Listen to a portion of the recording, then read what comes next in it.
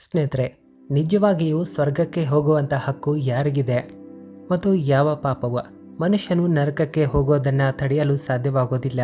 ಇಂದು ಒಂದು ಧಾರ್ಮಿಕ ಕಥೆಯ ಮೂಲಕ ನಾವು ನಿಮಗೆ ತಿಳಿಸ್ಕೊಡ್ತೀವಿ.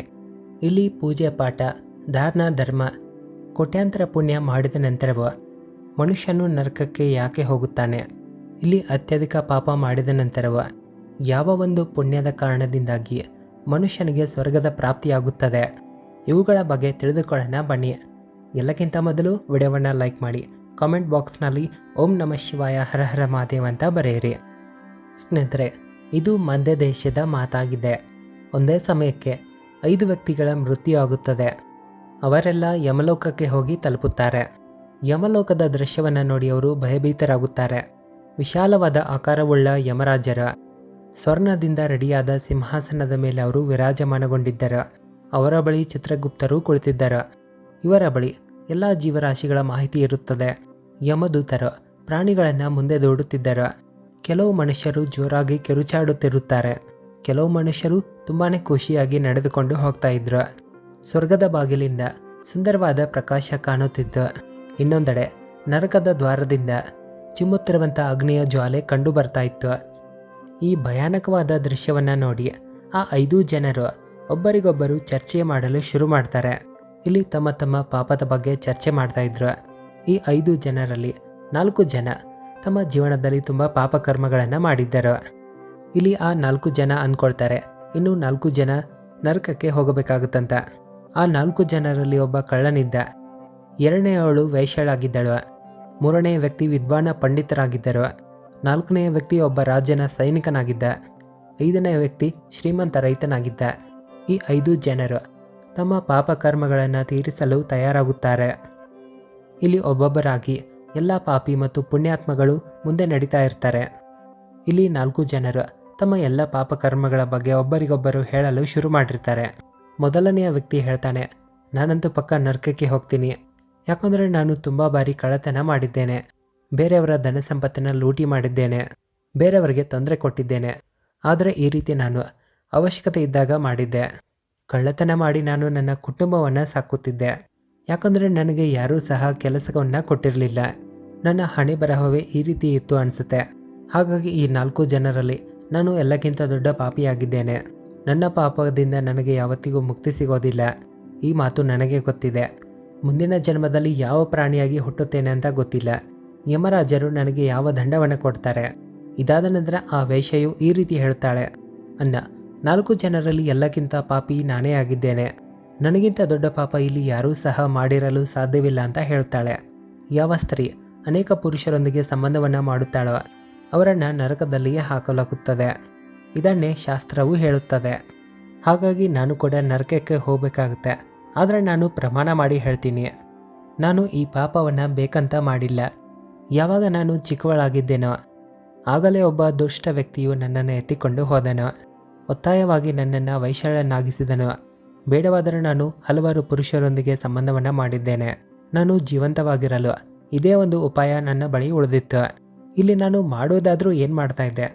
ಆ ದುಷ್ಟ ಪುರುಷನೊಂದಿಗೆ ಹೋರಾಡುವಷ್ಟು ಶಕ್ತಿ ಕೂಡ ನನ್ನಲ್ಲಿ ಇರಲಿಲ್ಲ.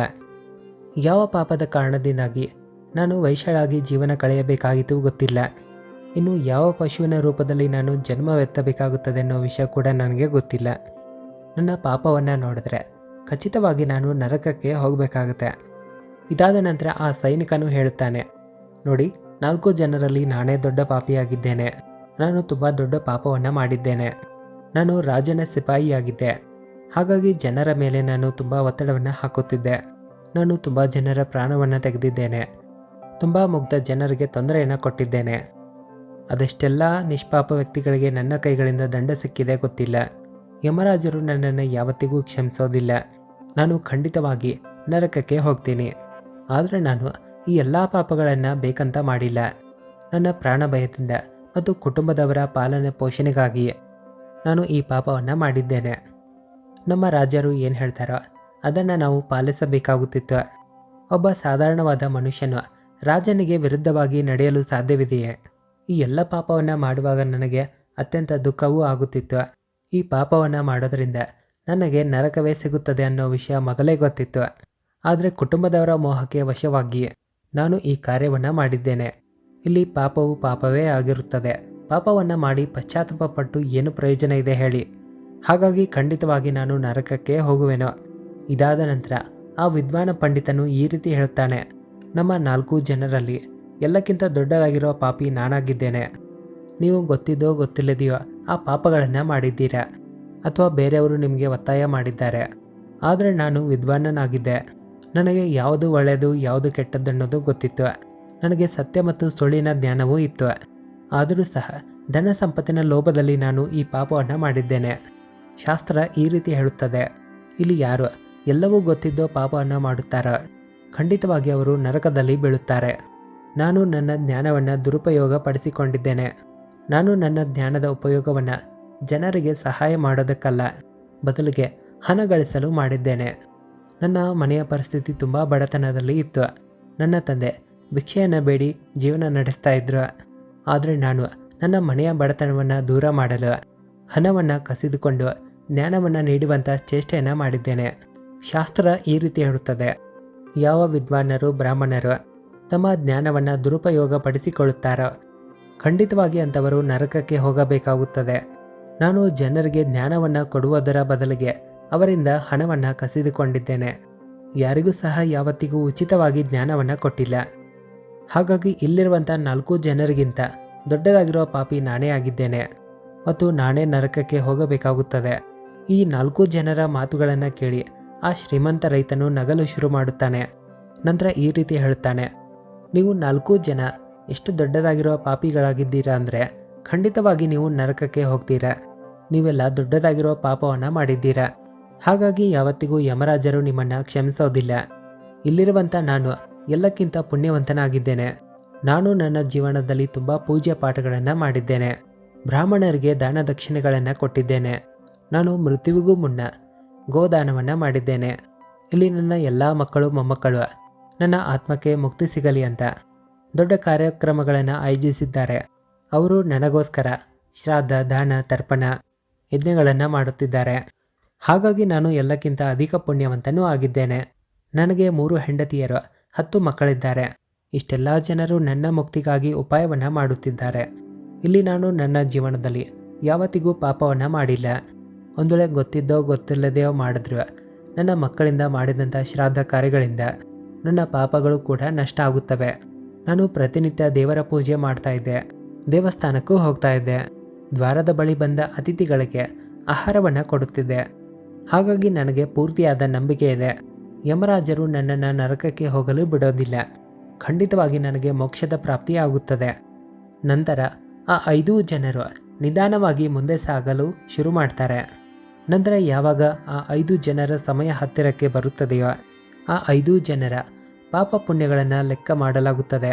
ಎಲ್ಲಕ್ಕಿಂತ ಮೊದಲು ಆ ಕಳ್ಳನ ಸರದಿ ಬರುತ್ತದೆ. ಚಿತ್ರಗುಪ್ತರು ಇವರ ಎಲ್ಲ ಮಾಹಿತಿಯನ್ನು ತೆರೆಯುತ್ತಾರೆ. ಕೆಲವು ಸಮಯದ ತನಕ ವಿಚಾರ ಮಾಡಿದ ನಂತರ ಯಮರಾಜರು ಈತನಿಗೆ ಸ್ವರ್ಗಕ್ಕೆ ಹೋಗಲು ಹೇಳ್ತಾರೆ. ಈ ನಿರ್ಣಯವನ್ನು ಕಂಡ ಆ ಕಳ್ಳನು ಅಚ್ಚರಿಗೆ ಒಳಗಾಗುತ್ತಾನೆ. ತುಂಬಾ ಖುಷಿಯಿಂದ ಆತ ಸ್ವರ್ಗದ ಬಾಗಿಲತ್ತ ಹೋಗುತ್ತಾನೆ. 7ನೇದಾಗಿ ಆ ವೈಶಾಳ ಸರದಿ ಬರುತ್ತದೆ. ಚಿತ್ರಗುಪ್ತರು ಆಕೆಯ ಎಲ್ಲ ಮಾಹಿತಿಯನ್ನು ಲೆಕ್ಕ ಹಾಕುತ್ತಾರೆ. ಸ್ವಲ್ಪ ಸಮಯದ ತನಕ ಯೋಚನೆ ಮಾಡಿದ ನಂತರ ಅವರ ಪಾಪ ಕರ್ಮಗಳನ್ನು ನೋಡಿ ಯಮರಾಜರು ಆಕೆಯನ್ನು ಕೂಡ ಸ್ವರ್ಗಕ್ಕೆ ಹೋಗಲು ಹೇಳ್ತಾರೆ. ಈ ವಿಚಿತ್ರವಾದ ನಿರ್ಣಯವನ್ನು ನೋಡಿ ಆ ವೈಶ್ಯ ಕೂಡ ಅಚ್ಚರಿಗೆ ಒಳಗಾಗುತ್ತಾಳೆ. ಯಮರಾಜರ ಈ ನಿರ್ಧಾರದ ಮೇಲೆ ಆಕೆಗೆ ನಂಬಿಕೆ ಬರೋದಿಲ್ಲ. ಆಕೆ ಏನನ್ನೂ ಮಾತನಾಡದೆ ತುಂಬಾ ಖುಷಿಯಿಂದ ಸ್ವರ್ಗದ ಬಾಗಿಲತ್ತ ಹೋಗುತ್ತಾಳೆ. 3ನೇದಾಗಿ ಆ ಸಿಪಾಯಿಯ ಸರದಿ ಬರುತ್ತದೆ. ಚಿತ್ರಗುಪ್ತರು ಆ ವ್ಯಕ್ತಿಯ ಎಲ್ಲ ಮಾಹಿತಿಯನ್ನು ತೆರೆಯುತ್ತಾರೆ. ಕೆಲವು ಸಮಯ ಯೋಚನೆ ಮಾಡಿ ಆತನ ಪಾಪ ಪುಣ್ಯಗಳನ್ನು ಸರಿ ಲೆಕ್ಕ ಹಾಕಿ ಯಮರಾಜರು ಆತನಿಗೂ ಕೂಡ ಸ್ವರ್ಗದತ್ತ ಹೋಗಲು ಹೇಳುತ್ತಾರೆ. ಈ ಮಾತನ್ನು ಕೇಳಿ ಆ ಸಿಪಾಯಿಯು ಚಿಂತೆಗೀಡಾಗ್ತಾರೆ ಮತ್ತು ತುಂಬ ಖುಷಿಯಿಂದ ಸ್ವರ್ಗದತ್ತ ಹೋಗುತ್ತಾರೆ. ಇನ್ನು 4ನೇದಾಗಿ ಆ ವಿದ್ವಾನ ಬ್ರಾಹ್ಮಣ ವ್ಯಕ್ತಿಯ ಸರದಿ ಬರುತ್ತದೆ. ಚಿತ್ರಗುಪ್ತರು ಆ ಬ್ರಾಹ್ಮಣರ ಲೆಕ್ಕಾಚಾರವನ್ನು ಹಾಕುತ್ತಾರೆ. ಕೆಲವು ಸಮಯದ ತನಕ ವಿಚಾರ ಮಾಡುತ್ತಾರೆ. ನಂತರ ಯಮರಾಜರು ಆ ಬ್ರಾಹ್ಮಣ ವ್ಯಕ್ತಿಯನ್ನು ಕೂಡ ಸ್ವರ್ಗದ ಬಾಗಿಲತ್ತ ಹೋಗಲು ಹೇಳ್ತಾರೆ. ಆಗ ಆ ವಿದ್ವಾನ ಬ್ರಾಹ್ಮಣರು ಯೋಚನೆ ಮಾಡ್ತಾರೆ, ನಾನಂತೂ ಪಾಪವನ್ನು ಮಾಡಿದ್ದೇನೆ, ನನ್ನನ್ನು ಯಾಕೆ ಸ್ವರ್ಗದತ್ತ ಕಳಿಸುತ್ತಿದ್ದಾರೆ? ನಂತರ ಅವರು ಮನಸ್ಸಿನಲ್ಲಿಯೇ ಖುಷಿಗೊಂಡು ಸ್ವರ್ಗದ ಬಾಗಿಲತ್ತ ಹೋಗಲು ಶುರು ಮಾಡ್ತಾರೆ. ಆ 4 ಜನರು ಸ್ವರ್ಗದ ಬಾಗಿಲತ್ತ ಹೋಗೋದನ್ನು ಕಂಡು ಶ್ರೀಮಂತ ರೈತನು ತುಂಬಾ ದುಃಖ ಮತ್ತು ಸಿಟ್ಟಿಗೆ ಒಳಗಾಗ್ತಾನೆ. ಇದು ಯಾವ ರೀತಿಯ ನ್ಯಾಯ ಅಂತ ಯೋಚನೆ ಮಾಡಲು ಶುರು ಮಾಡ್ತಾನೆ. ಈ ಪಾಪಿಗಳಿಗೆ ಸ್ವರ್ಗಕ್ಕೆ ಹೋಗಲು ಅವಕಾಶ ಸಿಗ್ತಾ ಇದೆ, ಆದರೆ ಇಲ್ಲಿ ನಾನು ಪುಣ್ಯದ ಕೆಲಸವನ್ನು ಮಾಡಿದ್ದೇನೆ, ನನಗೇನಾಗುತ್ತೆ? ಪಾಪಿ ಮತ್ತು ಪುಣ್ಯವಂತರನ್ನ ಒಂದೇ ಸ್ಥಾನಕ್ಕೆ ಕಳುಹಿಸಿದರೆ ಇಲ್ಲಿ ಪುಣ್ಯ ಮಾಡುವುದರ ಲಾಭ ಆದರೂ ಏನಿದೆ? ನಂತರ ಆ ಶ್ರೀಮಂತ ರೈತನನ್ನ ಯಮರಾಜರ ದೂತರು ಜೋರಾಗಿ ನರಕದ ಬಾಗಿಲತ್ತ ದೂಡುತ್ತಾರೆ. ಅರೆ ಪಾಪಿ, ನೀನು ಮುಂದೆ ಸಾಗುವ, ನಿನ್ನನ್ನು ನರಕಕ್ಕೆ ಹಾಕಲಾಗುತ್ತದೆ, ಯಮರಾಜರು ನಿನ್ನನ್ನು ಕ್ಷಮಿಸೋದಿಲ್ಲ. ಈ ಮಾತನ್ನು ಕೇಳಿದ ಆ ಶ್ರೀಮಂತ ರೈತನು ಭಯಭೀತಗೊಳ್ಳುತ್ತಾನೆ. ನಾನು ಸ್ವರ್ಗದತ್ತ ಹೋಗುತ್ತೇನೆ, ನಾನು ಯಾವ ಪಾಪವನ್ನು ಮಾಡಿಲ್ಲ. ನಂತರ ಆ ಶ್ರೀಮಂತ ರೈತನು ಯಮರಾಜರ ಮುಂದೆ ಬಂದು ನಿಲ್ಲುತ್ತಾನೆ. ಚಿತ್ರಗುಪ್ತರು ಇವರ ಎಲ್ಲ ಮಾಹಿತಿಯನ್ನು ನೋಡುತ್ತಾರೆ. ಇವರ ಪಾಪ ಪುಣ್ಯಗಳನ್ನು ಲೆಕ್ಕ ಹಾಕುತ್ತಾರೆ. ಇಲ್ಲಿ ಪಾಪವೇ ಹೆಚ್ಚಾಗುತ್ತದೆ. ಇಲ್ಲಿ ಯಮರಾಜರು ಆ ಶ್ರೀಮಂತ ರೈತನಿಗೆ ಈ ಒಂದು ಮಾತನ್ನು ಹೇಳ್ತಾರೆ. ಹೇ ದುಷ್ಟ, ನೀನಂತೂ ತುಂಬ ದೊಡ್ಡದಾಗಿರುವ ಪಾಪವನ್ನು ಮಾಡಿದ್ದೀಯಾ, ನೀನು ನರಕಕ್ಕೆ ಹೋಗಲು ಯೋಗ್ಯನಾಗಿದ್ದೀಯಾ. ಈ ಮಾತನ್ನು ಕೇಳಿ ಆ ರೈತ ನಡುಗಲು ಶುರು ಮಾಡುತ್ತಾನೆ. ಯಮರಾಜರಿಗೆ ಈ ರೀತಿಯಾಗಿ ಹೇಳ್ತಾನೆ, ಹೇ ಧರ್ಮರಾಜರೇ, ಇದು ಅನ್ಯಾಯವಾಗಿದೆ. ನಾನು ಜೀವನದಲ್ಲಿ ಯಾವ ಪಾಪವನ್ನು ಮಾಡಿಲ್ಲ ಮತ್ತು ಪುಣ್ಯವನ್ನೇ ಮಾಡಿದ್ದೇನೆ. ನನ್ನನ್ನು ನೀವು ನರಕಕ್ಕೆ ಯಾಕೆ ಹಾಕುತ್ತಿದ್ದೀರಾ? ಮತ್ತು ನನಗಿಂತ ಮುಂಚೆ 4 ಜನರು ಹೋಗಿದ್ದಾರೆ, ಅವರಂತೂ ದೊಡ್ಡ ಪಾಪಿಯಾಗಿದ್ದರು. ಅವರು ದೊಡ್ಡದಾಗಿರುವ ಪಾಪ ಅಪರಾಧಗಳನ್ನು ಮಾಡಿದ್ದಾರೆ, ಅವರನ್ನಂತೂ ನೀವು ಸ್ವರ್ಗದಲ್ಲಿ ಹಾಕಿದ್ದೀರಾ. ನೀವು ಈ ರೀತಿಯಾದ ಅನ್ಯಾಯವನ್ನು ನನ್ನ ಜೊತೆ ಯಾಕೆ ಮಾಡಿದ್ದೀರಾ? ಒಂದು ವೇಳೆ ಈ ರೀತಿಯ ಅನ್ಯಾಯ ಆದರೆ ಭೂಮಿಯ ಮೇಲೆ ಯಾವ ಮನುಷ್ಯರು ಪುಣ್ಯವನ್ನು ಗಳಿಸಲು ಸಾಧ್ಯ ಹೇಳಿ? ನಂತರ ಯಮರಾಜರು ಈ ರೀತಿ ಹೇಳ್ತಾರೆ, ಅರೆ ಪಾಪಿ, ನೀನು ಮಾಡಿದಂಥ ಪಾಪವು ಆ 4 ಜನರು ಮಾಡಿದಂಥ ಪಾಪದ ಮುಂದೆ ಏನು ದೊಡ್ಡದಲ್ಲ. ಕೇವಲ ನಿನ್ನ ಒಂದು ಪಾಪದ ಕಾರಣದಿಂದಾಗಿ ನಿನ್ನ ಎಲ್ಲ ಪುಣ್ಯ ಕರ್ಮ ನಷ್ಟ ಆಗಿದೆ. ಒಂದು ವೇಳೆ ನೀನೇನಾದರೂ ಈ ಪಾಪವನ್ನು ಮಾಡಿಲ್ಲ ಅಂದಿದ್ರೆ ನೀನು ಸ್ವರ್ಗಕ್ಕೆ ಹೋಗಬಹುದಿತ್ತು. ಆದರೆ ಈ ಪಾಪವನ್ನು ನೀನು ಗೊತ್ತಿದ್ದು ಬೇಕಂತ ಮಾಡಿದ್ದೀಯ, ಹಾಗಾಗಿ ಖಂಡಿತವಾಗಿ ನೀನು ನರಕಕ್ಕೆ ಹೋಗಬೇಕಾಗುತ್ತದೆ. ಆ ಕಳ್ಳನಂತೂ ಒತ್ತಾಯದಿಂದ ಕಳ್ಳತನ ಮಾಡಿದ್ದ, ಆದರೆ ಆ ಕಳ್ಳನು ಬೇರೆಯವರ ಹಸಿವನ್ನು ನೀಗಿಸುತ್ತಿದ್ದ, ಬಡವರಿಗೆ ದಾನ ಮಾಡುತ್ತಿದ್ದ. ಆತ ಯಾವತ್ತಿಗೂ ನಿಷ್ಪಾಪ ಮತ್ತು ಬಡವರ ಮನೆಯ ಕಳ್ಳತನ ಮಾಡಿಲ್ಲ. ಆತನ ಪುಣ್ಯಕರ್ಮ ಆತನ ಪಾಪಕ್ಕಿಂತ ಹೆಚ್ಚಿಗೆ ಇದ್ದವು, ಹಾಗಾಗಿ ಆತ ಸ್ವರ್ಗಕ್ಕೆ ಹೋದ. ಎರಡನೆಯ ವೇಶ್ಯೆ, ಆಕೆ ತನ್ನ ಮನಸ್ಸಿನಿಂದ ವೈಶ್ಯಳಾಗಿರಲಿಲ್ಲ, ಒತ್ತಾಯದಿಂದ ಆಕೆಯನ್ನು ಇದರಲ್ಲಿ ದೂಡಲಾಗಿತ್ತು. ಆ ವೇಶ್ಯೆ ಕೇವಲ ತನ್ನ ಶರೀರಕ್ಕೆ ನೋವನ್ನು ಕೊಟ್ಟಿದ್ದಾಳೆ, ಉಳಿದದ್ದು ಆಕೆ ಪುಣ್ಯ ಕಾರ್ಯವನ್ನು ಮಾಡಿದ್ದಾಳೆ. ಆಕೆ ಪಶು ಪಕ್ಷಿಗಳಿಗೆ ದಿನವೂ ಕಾಳುಗಳನ್ನು ಹಾಕುತ್ತಿದ್ದಳು, ಪಶು ಸೇವೆಯನ್ನು ಮಾಡುತ್ತಿದ್ದಳು. ಹಾಗಾಗಿ ಆಕೆಯ ಪುಣ್ಯವೂ ಕೂಡ ಪಾಪಕ್ಕಿಂತ ದೊಡ್ಡದಾಗಿತ್ತು. ಮೂರನೇ ವ್ಯಕ್ತಿ ಸಿಪಾಯಿಯಾಗಿದ್ದ.